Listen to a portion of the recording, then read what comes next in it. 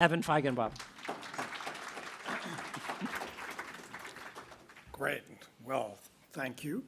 First, I want to thank the Institute, and I want to thank the Foundation. I want to thank Jeff, and Jeff. It was easy to have two Jeffs. It's very good to be back in Ottawa. I haven't been here since before the pandemic.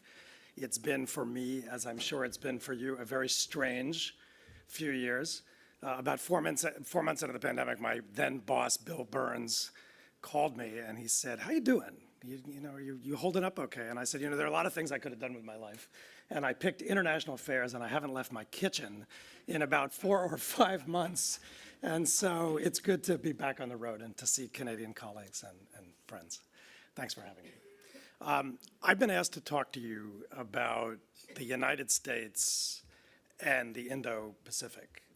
And if you have spent more than 2 minutes and 27 seconds in Washington, D.C., where I hail from, any time in the last few years, you will know that that story, generally speaking, begins with security balancing of China. The middle of the story is security balancing of China. And then the end of the story is security balancing of China. And if you all want to talk about security balancing of China, I am very happy to do that in the conversational part of this. But if, by contrast, you've spent more than 2 minutes and 27 seconds out in the region, rather than just in Washington, D.C., you will, of course, know that this part of the world is not just complex, which is a bit of a cliche, but it is multifaceted, it is multidimensional, and in a lot of areas that matter to governments and firms and market participants and people, it is increasingly multipolar. And so that's what I thought I would use the setup to talk about. How the United States in the Indo-Pacific is or is not navigating what I would call 3 collisions that I think reflect the region that actually exists rather than the ones of American wishes, dreams, and fantasies. So the first of those is the collision between economics and security. The second is the collision between coalition building and some of the realities of fragmentation, not least among democracies in this part of the world on issues and functions that matter, as I said, greatly. And then third, the collision between America's approach to strategic competition with China and, with a few exceptions, what I would characterize as pretty much everyone else's approach to the same. So you asked me to talk for about 15, 20 minutes, so I'll take about 5 minutes on each of those 3, and I'll try and provoke you a little bit. And then if you want, we can just ignore it all and go back to security balancing of China and talk about Taiwan. Okay? All right.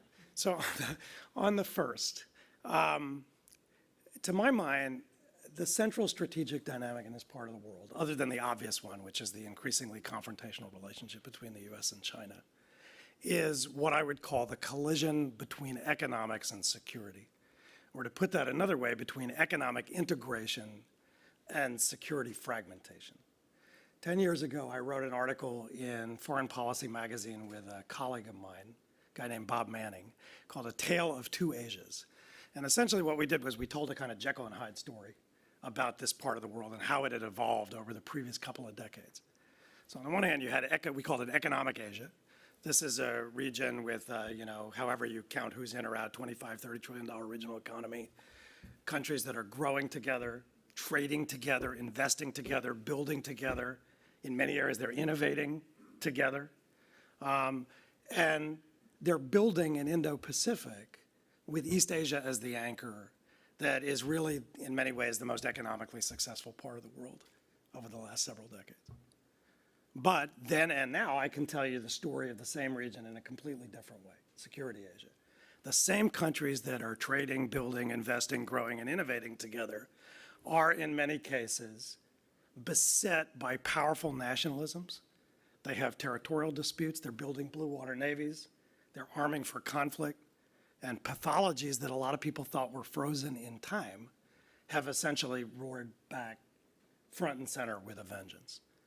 And so in that dynamic, And the push and pull between those, there's the question of how major countries that have both economic and security interests navigate that duality. Now, from the 1990s until, I'd say, 2010-ish, I would have told you that economic Asia was decidedly winning this contest. And the reason for that was really twofold. One is the Asian financial crisis, when a lot of governments and, frankly, a lot of people looked at each other and said, you know, what the hell is security if your economy can just be blown up in an afternoon? Maybe security and conceptions of security need to be broader than just military security. But then second, American policy had something to do with this. And in fact, bad American policy had something to do with this, and particularly to the turn by many Asian countries to one another to navigate some of these challenges. You remember the United States bailed out Mexico in 1994, then refused to bail out Thailand 3 years later and paid a price, I would argue, among many Southeast Asians for that. And so that's been the dynamic. But from 2010 on, a lot of security issues really roared back front and center. You heard a little bit about it from Oriana. I understand it was front and center in a lot of your discussion yesterday. We hear about it, as I said, in Washington, D.C. and in Beijing, China on a daily basis. And so this security fragmentation threatens to overwhelm a lot of the economic integration that had been so important to people, firms, markets, governments, and the future of that part of the world. Now, that's a challenge for the United States, despite all the talk about security balancing, because the region has evolved a lot in the face of that push and pull. If I think about American leadership in this part of the world, particularly in the period after the Cold War, the United States was a leader because it was the principal provider in the first instance of security-related public goods through its alliances, its forward-deployed military presence, carrier battle groups. It was the security provider, either directly for its security allies or indirectly for those countries who basically were taking a free ride off the security public goods that the United States the U.S. presence provides, except for who? China, which in a lot of ways objects to elements of that presence. And when I project out over the next 5 or 10 years, there's really no challenge to that American role. Because until China and Japan have a moment that is analogous to the one that France and Germany have had in Europe, there's no basis for collective security in the Pacific. And if there's no basis for collective security in the Pacific, then the United States is, and as far as my eyes can see, going to continue to be an important and in many cases principal provider of security for nearly everybody, but who? China. And so the security questions involve investing in alliances and partnerships, modernizing platforms, ensuring access. These are operational issues. They're not fundamental existential strategic issues because there's no basis for collective security. But that security role, as Kevin Allison and others know, that was not the whole story of the American role in the region. The United States was also a leader because it was the principal source of demand for a lot of Asia's export-led economies to power their way to prosperity. And it was a leader on standard setting and across and behind the border liberalization as that became a major issue on the agenda. So there's no basis for collective security, and the United States will continue to be a major security provider. But if I look down the road, I see the U.S. demand profile in many areas shrinking, not in absolute terms, but in relative terms. U.S. trade with every country in Asia is going up in absolute terms. It's declining almost everywhere in relative terms. And if your role as a demand driver is shrinking, then you need to fall back for economic leadership on what? On that other pillar, to be a standard-setting nation. The last panel talked a little bit about some of the trade agreements and pacts that are setting standards in this part of the world. So there are 3, for example, that people tend to focus on. The Regional Comprehensive Economic Partnership, the Comprehensive and Progressive Trans-Pacific Partnership, the Digital Economy Partnership Agreement. 3 agreements that will help to set standards for the next generation in this region. Guess who's not in any of those 3? The United States is on the outside looking in. And guess who else is not in any of those 3? India. So the United States premises its strategy for this part of the world on, as I said in the setup, the Indo-Pacific. But in this area, the largest economy in the Indo and the largest economy across the Pacific are both missing in action. And if you ain't got no Indo, you ain't got no Pacific, you're back to the centrality of Asia. And that is not a region or a set of challenges that American strategy or policy has figured out how to navigate. Now, the good news is that there are a lot of issues and functions that are beyond the scope of those agreements or other existing patterns of agreement between powers and players in this part of the world. Digital trade's a good example. There's a lot about cross-border data that is in play. But the bad news, and this comes to my second point, is that a lot of the countries that the United States wants to lean most heavily on to counterbalance Chinese power actually are not on the same page as American policy in a lot of those areas. Data governance is a good example, okay? In 2019, Prime Minister Abe of Japan was in the chair of the G20, and he had something called the Osaka Tract, the Osaka Initiative on Data Governance, which he called free flow of data with trust. And guess who refused to sign up to it? India in the first instance, Indonesia in the second instance, two successful consolidated Asian democracies, one of which is a member of the Quad. The United States is banking heavily on India to counterbalance the rise of Chinese power. Indonesia, a country the United States would like to bank on heavily to counterbalance the rise of Chinese power. And so on a lot of these issues, not just data governance, but issues and functions that touch the interstices between economics and security, economics and technology, open data, cross-border data, online authentication and data access control. There is no one set of rules, standards, or prevailing norms. And in many major economies, the ones that prevail are not necessarily the ones that are to American liking. India is the best example of this. I mean, look at the debates in India, for example, on data localization, where both the law enforcement authority and, frankly, the privacy regulator have an approach to localization that requires most data to be stored locally. And that's a function of the Indian system. Privacy regulators, law enforcement, they don't want Indian citizens' data stored in servers offshore. They want to be able to access that. The point is, the region is developing, because of that, different models and rules and standards, and is heading in many areas for something that I would characterize more as fragmentation than as integration.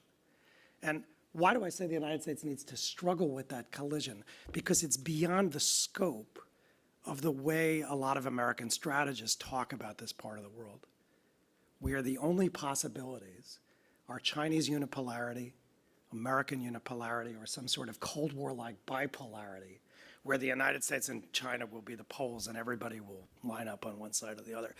If you want to see that kind of thinking in action, let's just look at an interview that President Obama gave in, I think, 2016 with Jerry Seib of the Wall Street Journal. President Obama was trying to make the case for the TPP. Remember when the U.S. was interested in the TPP? It's back in the Jurassic era.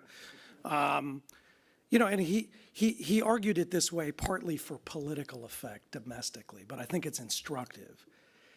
He was asked, why should the United States join the TPP? And the president said, well, because if we don't write the rules, China's going to write the rules out in that part of the world. But if President Obama had been right about that, then when President Trump withdrew the United States from the TPP, what should have happened? Logically, China should have come in and become the rule writer. But as we all know, that's not actually what happened. What happened, the other 11 got together, solidified the agreement, albeit influenced by the United States and the text the United States wanted, but with neither the United States nor China in the room. So clearly there's something going on in the region that belies these very straightforward notions of bipolarity or unipolarity. And I think in a lot of ways the region is heading for what I would call fragmentation on things that are meaningful for the interests of the United States. And that's a second collision that the United States has not really figured out how to navigate through a prism that's focused almost exclusively on balancing Chinese power. So that brings me to the third point, which is American policy toward China. I don't know how much you've noticed the change in Washington over the last several years, but I've worked on U.S.-China relations for 25 years.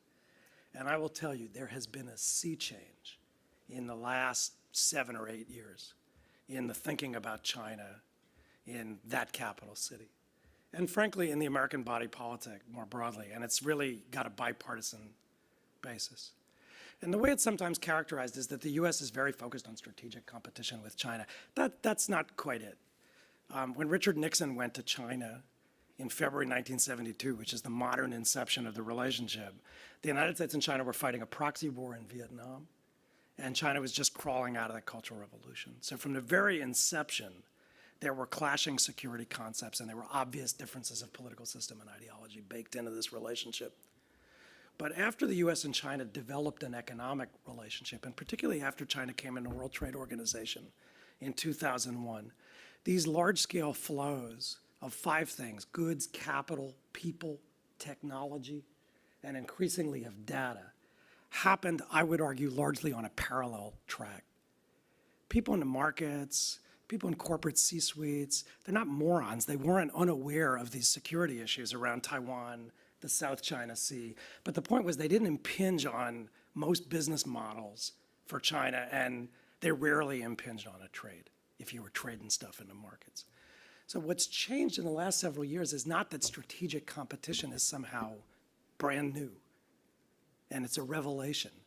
It's that economics and security have largely collapsed together. And what's more, and this goes to a point that Paul Evans made in a question to the last panel, not only have economics and security collapsed together, but those economic flows that I talked about, capital, people, technology, data, increasingly are being refracted on both sides, but particularly on the American side, through the prism of national security. And that's what a lot of us like to talk about when we talk about securitization. And so if everything is security, then those things will not be separable. And what's happened, particularly in the last 2 administrations, one Republican, one Democrat, is that the American strategic class, of which I'm a card-carrying member, the American political class on a bipartisan basis, and if I may say so, the American regulatory class has discovered that there were a lot of regulatory and administrative instruments that were sitting out there that could be leveraged and deployed in interesting, expansive, and sometimes extremely creative ways. So take a sector like artificial intelligence. I would have trouble naming for you a Chinese AI player that hasn't landed on the Commerce Department entity list. There's other instruments. Use of the foreign direct product rule. You've read about these semiconductor controls that have just come out. Other export controls. New and expansive notions of what constitutes national security. And CIFIs, I worked 8 years for Hank Paulson. He'd been the chairman of Goldman Sachs. He had a pretty narrow definition of what constituted national security. It's very expansive today. There's a so-called military companies list administered by the Department of Defense. Doesn't have enforcement teeth, but if you land on that list, you are toxic as a Chinese company. Nobody's going to do business with those companies. So there's this use of administrative and regulatory instruments in the context of securitization that I think if you pull the thread and you project out 4 or 5 years is going to define a lot of elements of American financial policy, investment policy, commercial policy. And people in the markets are well aware of what that means for their business and the ways in which it restricts things that were easier to do 5, 6, 7, 8 years ago. Now, why is that a collision? It's a collision because if that's the trajectory of American policy, it begs the question of whether it's the trajectory of everybody else's policy. And I will tell you, the United States is increasingly extraterritorializing the application of these instruments precisely because it is not the trajectory of everybody else's policy. If it was, ideally what the United States would want to see is other countries deploying export controls and administrative and regulatory instruments in an identical way vis-a-vis China as a trading partner, as a capital partner in or out, and particularly in the technology and data space. Because that's not happening, the United States is attempting to elicit voluntary compliance, and if it cannot, I confidently predict to you the United States is going to bring the hammer down, and try to coerce compliance on a lot of these controls. And it reflects this American zeitgeist on competition with China, which, by the way, is mirrored in some respects on the Chinese side. And the Chinese have built their own architecture to use administrative and regulatory instruments and are trying to offshore it in the same way. But it will catch other countries not called the United States and China betwixt and between. And so that really circles me back to where I started. So that's a collision for the United States, because if American policies and strategies for strategic competition with China are not mirrored elsewhere, we're heading for a somewhat fractious period between the United States and the very partners that it needs to navigate competition with China. So you often hear this talking point from Washington. The United States isn't forcing countries to choose. We don't want anybody to have to choose. Okay? Try putting Huawei kit in your 5G backbone and see how the United States feels about you not making a choice. Try not complying with US export controls and see whether the United States wants you to make a choice. Try making Huawei your cybersecurity partner of choice, as Indonesia has. I just published a paper on this at the Carnegie Endowment. All those political tensions between China and Indonesia, guess who's doing cybersecurity backbone solutions in Indonesia? Huawei. How does the United States feel about that? Would prefer you don't make a choice? Those contradictions are going to get sharper and sharper. And so my very direct answer to Paul's very direct question is, that's the trend line and trajectory. Now, the conventional Washington story is everybody needs to adjust to that because the US is weighty and big and has power and has scale. But what I'm trying to tell you is that quite apart from the debate about security balancing, in the region that exists rather than the one of American wishes, dreams, and think tank fantasies, and I say that as the vice president of a major Washington think tank, the United States is going to figure out how to have to navigate that as well. And that's really somewhat beyond the scope of the strategic conversation in the United States. And it's where, if I may be blunt about it, when the United States has no better partners, Canada's one of them. The best partners are the ones that need to speak with intellectual honesty, but also find ways to help the United States navigate that set of contradictions too. If everything was just security balancing of China, the world would be so much simpler and so much easier. But the world, as I said, it's not simple, and it's complex, and it's multifaceted. And that's what I wanted to say to you by way of opening, because it's not something that I think the United States has fully come to appreciate. And so it's probably not something you hear often from Americans. So why don't I stop there? And if you want to just ditch it all and talk about the South China Sea, let's talk about rocks. Wow.